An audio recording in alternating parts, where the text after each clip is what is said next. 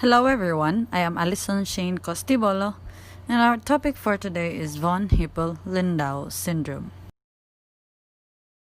So, what is von Hippel-Lindau syndrome, or VHL?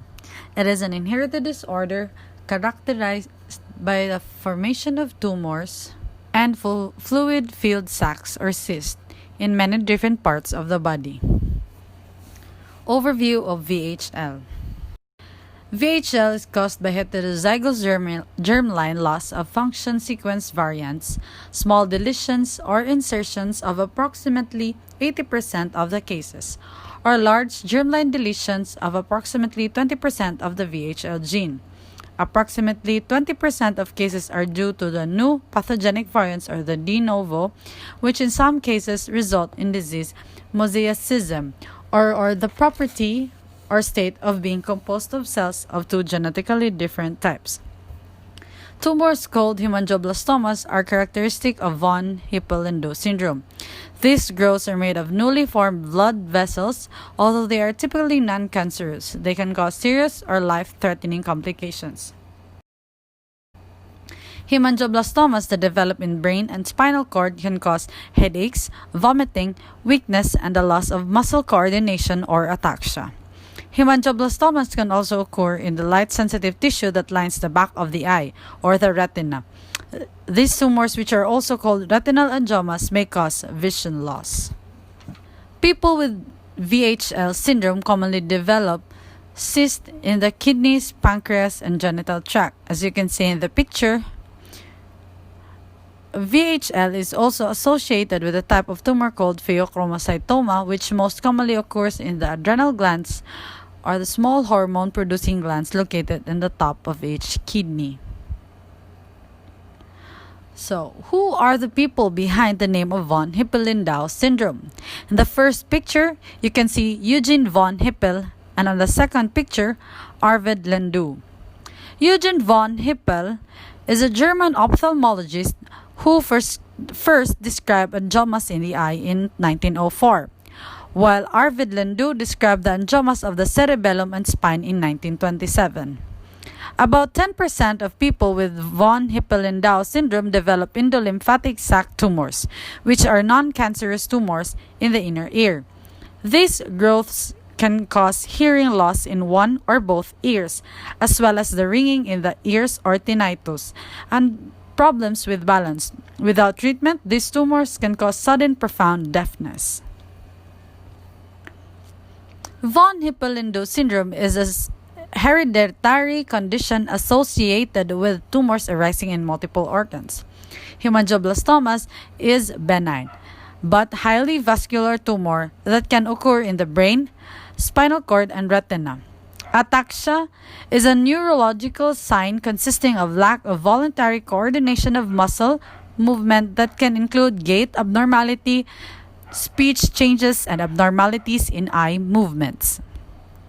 Angiomas are benign tumors derived from cells of the vascular or lymphatic vessel walls, or the endothelium, or derived from cells of tissue surrounding these vessels. Pheochromocytoma is a rare tumor of adrenal gland tissue. It results in release of too much epinephrine and norepinephrine.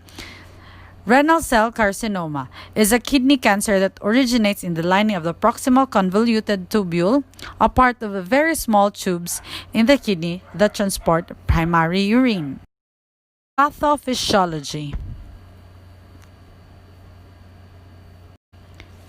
VHL, it is inherited in an autosomal dominant pattern, meaning if VHL patient has 50% chance of passing it to each kid they have, 20% of have a de novo or new mutation, meaning they have the first patient to have VHL in their family. VHL gene is a tumor suppressor gene on short arm of the chromosome 3.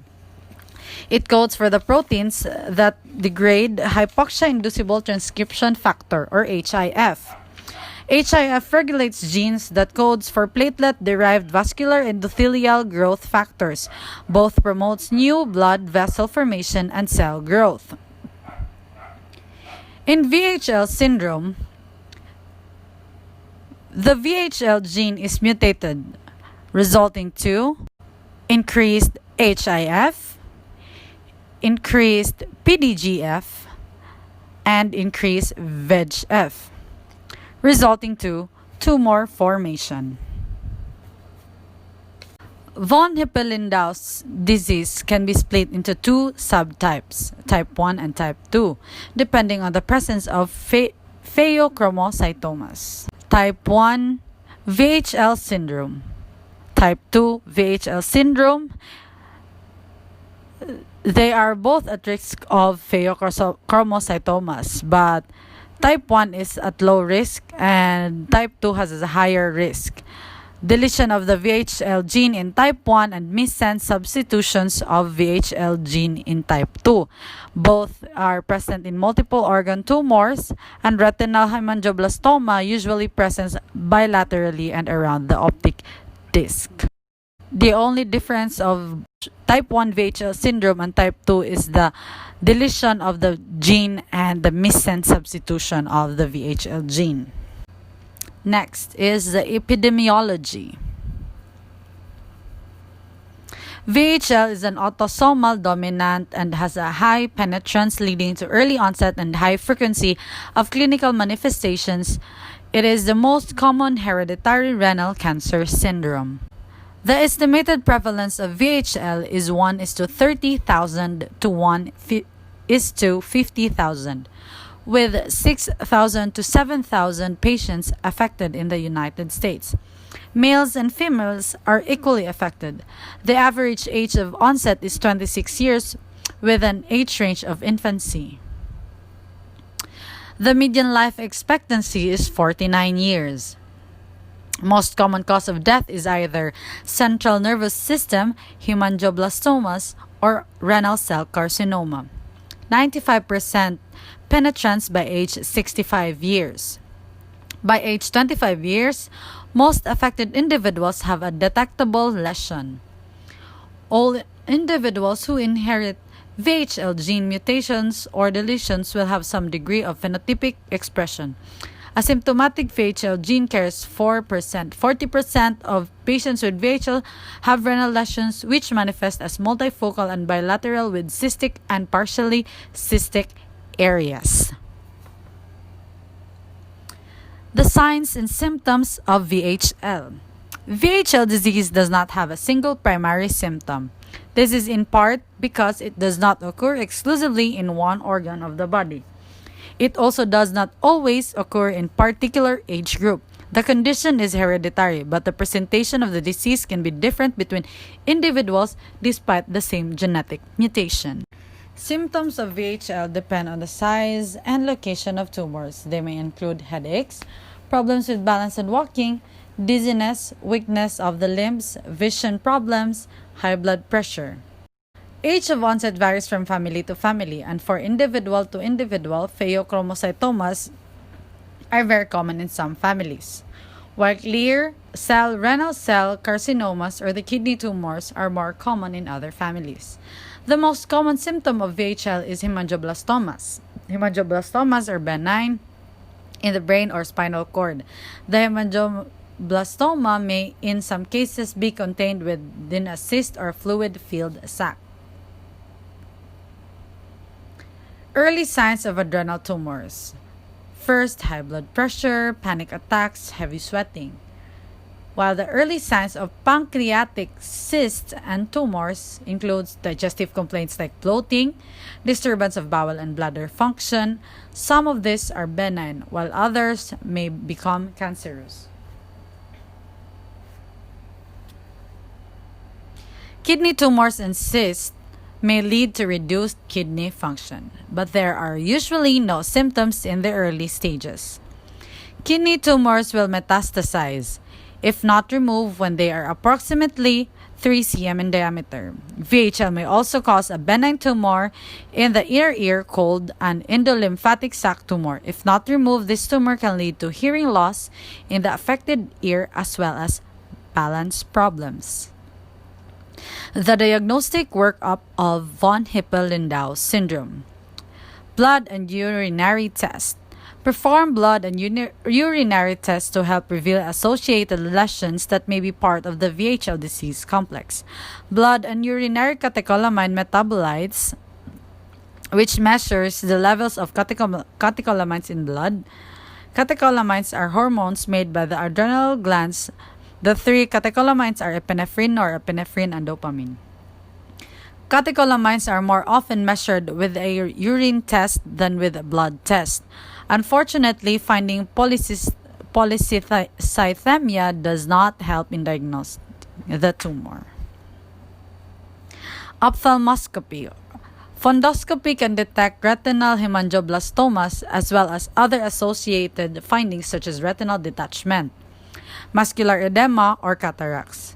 Glaucoma may be detected on tonometry. An audiological evaluation should be done to evaluate for hearing loss that can be caused by endolymphatic sac tumors. Laboratory studies include serum and urinary catecholamines that can assist the diagnosis. Radiographic diagnosis. Imaging studies play a major role in identifying VHL lesions. CNS hemangioblastomas can be detected on MR of the brain and spinal cord. Their typical appearance is that of cystic lesion with an enhancing mural nodule.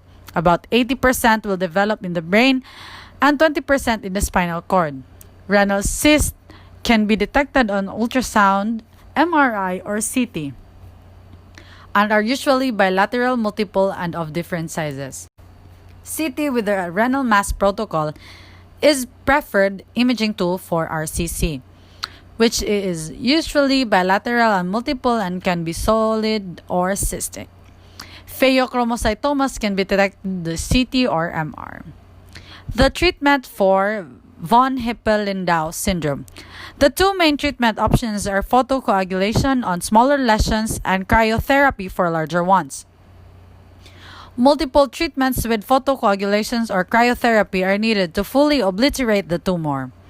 Observing small lesions may be an option, as some have been known to remain stable for years or even to regress. It is now known that RCH can cause an upper regulation of or are sensitive to many growth factors, including VEGF and PDGF. Anti-angiogenic agents such as bevacizumab or Avastin or rahibizumab lucentis have therefore been used both intravenously and intravitreally. So far, limited studies including your own institutional experience have found that anti-VEGF therapy reduces the amount of exudation and may improve vision but does not change the size of the lesion. Of note, both the systemic anti-VEGF therapy and photodynamic therapy combined with intravitreal anti-VEGF therapy for cerebral hemangioblastoma have been tried with some success. That's all. Thank you for watching.